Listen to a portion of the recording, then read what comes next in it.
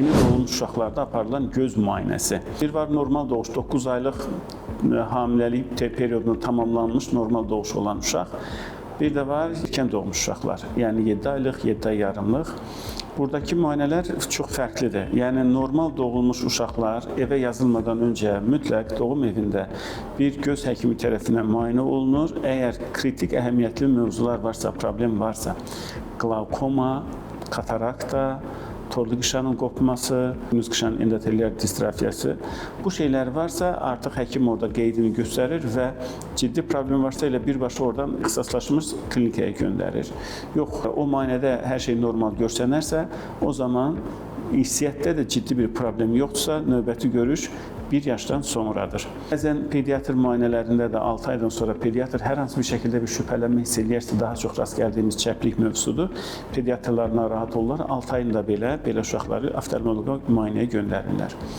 İkinci bir hal, erkən doğan və kilosu az olanlar. Bunların kriterisinə nə girir? Ölçülərə görə dəyişir. 34 həftənin altında, 1800 qramın altında doğulan uşaqlarda ROP müayinəsi dediyimiz xüsusi bir müayinə var. Bu müayinə doğuşdan 4 həftə sonra icra olunan bir müayinədir, xüsusi müayinədir. ROP müayinəsi ölkəmizdə bir neçə yerdə icra olunur. Biz hal-hazırda onu icra etmirik, çünki onu icra etmək üçün yeni doğan reanimasiyası olmalıdır. Bizim də hal-hazırda elə bir şəraitimiz olmadığına görə mən hal-hazırda ROP müayinəsi etmirəm. ROP müayinəsi olunur o uşaqlar 4 həftəsində.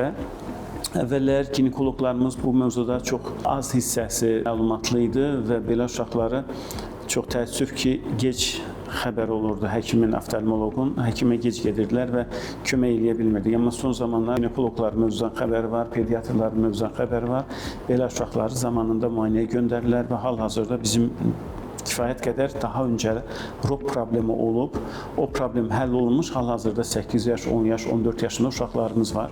ROP müayinəsi bir ölkədə olmağı çox önəmlidir və çox sevinirəm ki, ölkəmizdə bir neçə yerdə bu müayinə icra olunur. Problemi olan pasientlər vaxtında keyfiyyətli xidmət alırlar.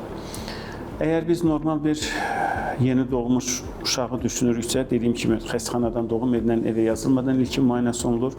Problemə görə problem varmı, yoxdurmu, ona görə rutin digər müayinələr aparılır.